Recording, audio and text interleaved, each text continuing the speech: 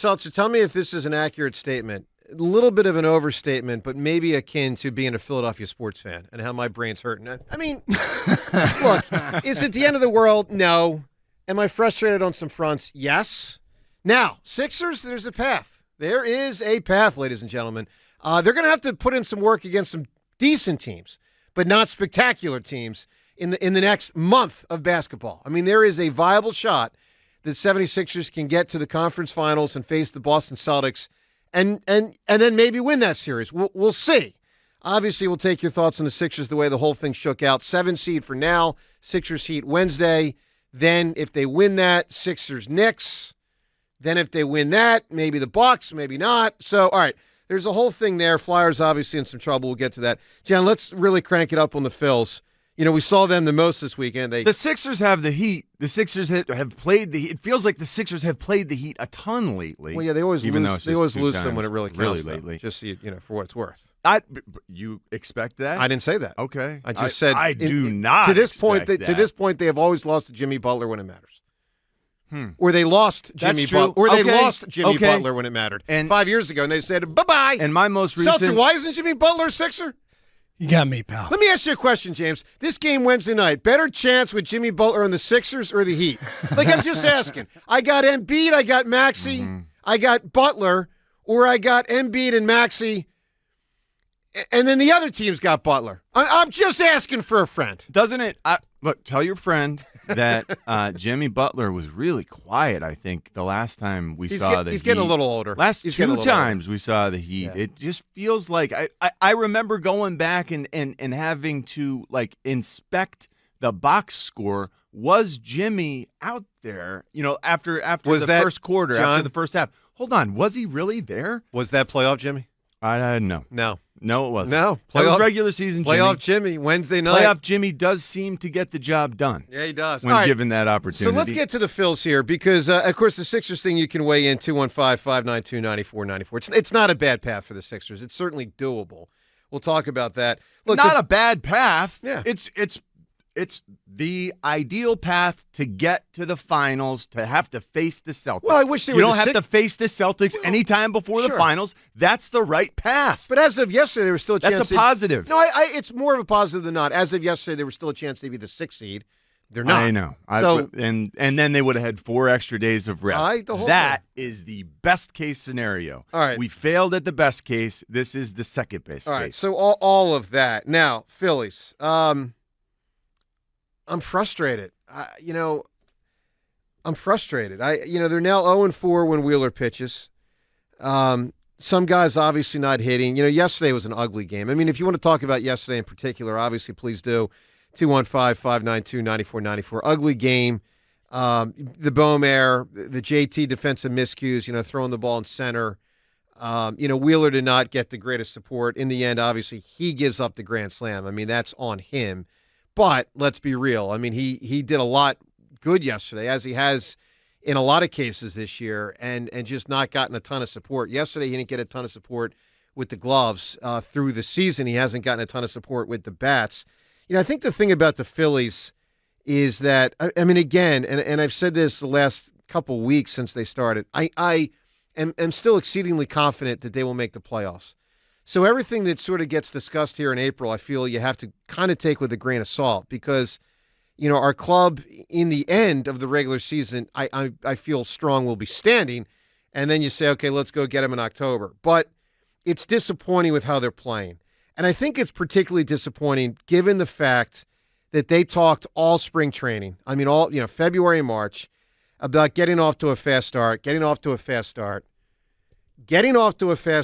let me tell you, they have officially now not.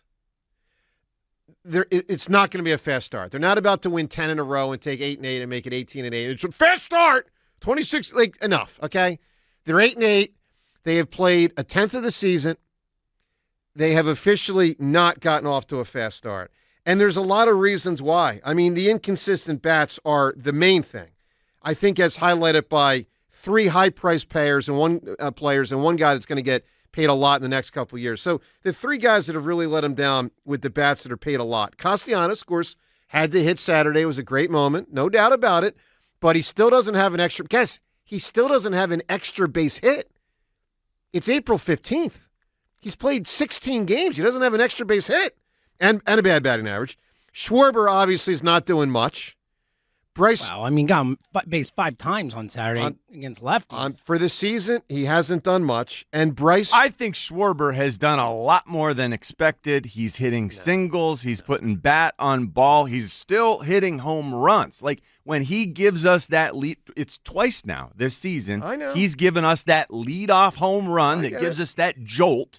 Now, it didn't have the desired effect yesterday, but still, I mean, I think he's doing a better job than I expected. Fair enough. Bryce is obviously struggling dramatically. By the way, James, Scott Boras still looking for that new contract for Bryce?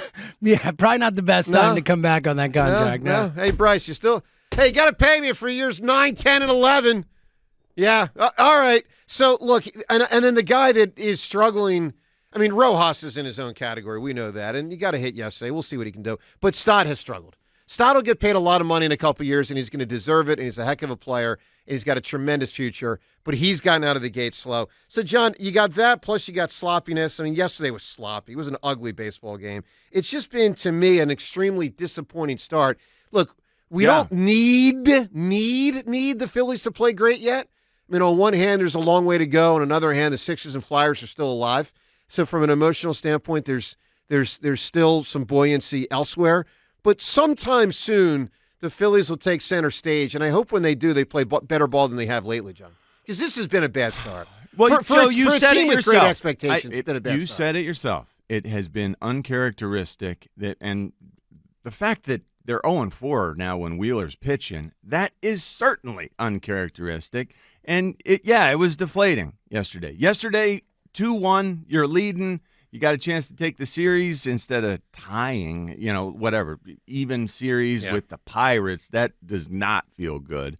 We're up 2-1 in the game yesterday. It's a slog. Wheeler was fighting. He was battling yesterday. It wasn't quite right. It wasn't going where he needed it to go all the time, but he was trying to get there. And not getting a ton of support. Not getting support. Guys are all over the base paths on him. And then some guy named Jack Sawinski, batting 167 for the year, parks it. It's a grand slam. Like that, it was all so uncharacteristic. It just didn't feel like the team I'm accustomed to watching. And then it spiraled even further with Sir Anthony going out there the next inning. Like Sir Anthony once again. Not Sir Anthony. I'm wondering what's going on there. Is it possible that he's not getting the movement we want? Like, there's all sorts of questions about Sir Anthony. He's not. He's been disappointing to me. There are a few guys, like Bryce Harper. He's been disappointing to me. But that doesn't mean Bryce Harper's going to. No, it doesn't. He's doomed to have an awful season.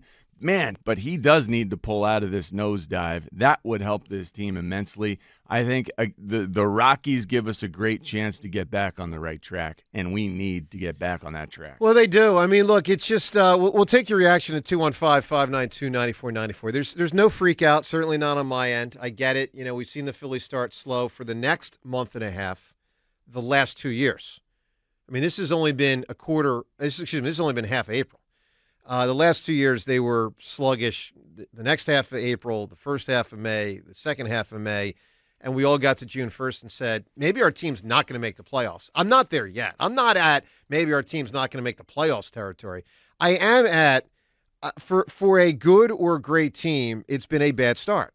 Like, this would be a good start if you're the Pittsburgh Pirates. Give me an 8-8 if I'm the Pirates. I don't know what they're, whatever. They're 11-5. Okay.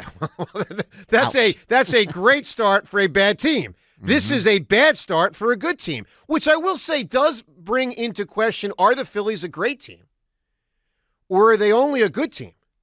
Now, listen, a good team can win the World Series. It's happened before. It happened with the Texas Rangers last year. It's not to say you got to be great in order to win the World Series. You certainly don't have to be great to make the postseason. But I will tell you this, with this payroll, with the commitment by John Middleton, my belief was the Phillies had ascended to the greatness realm.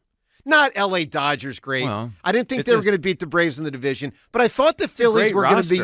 It is a great roster. But is it, John? Yes, and they don't. I don't know about that. Okay, they haven't started out great, and that is not the goal to be great at in April. You know what the Phillies feel to me like? I still don't know what to make of a frickin' 17-game schedule in football because it still feels weird.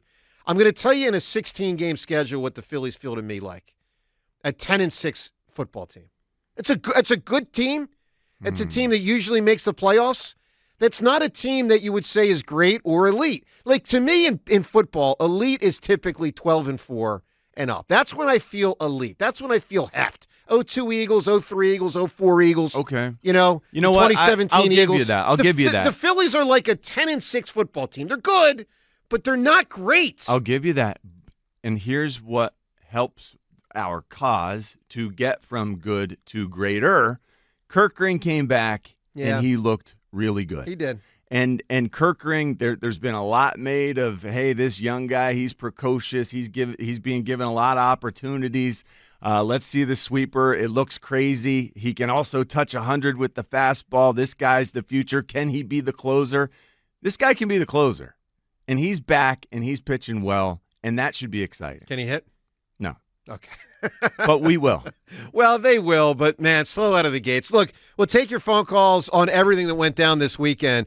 Obviously at 215-592-9494. If you want to climb in on the Flyers reality, I mean, we'll get you all set for the next 2 days and the end of the regular season. Obviously, Flyers finish up tomorrow night. 4-way battle for one playoff spot with the other three teams all having an extra game to play. It's not great. They got a shot, but it's not great. Phillies obviously sluggish out of the gate at 8-8. 215-592-9494, and the Sixers Heat on Wednesday night. All that, more, your phone calls, the whole show. Joe DeCamera, John Ritchie, it is 94 WIP.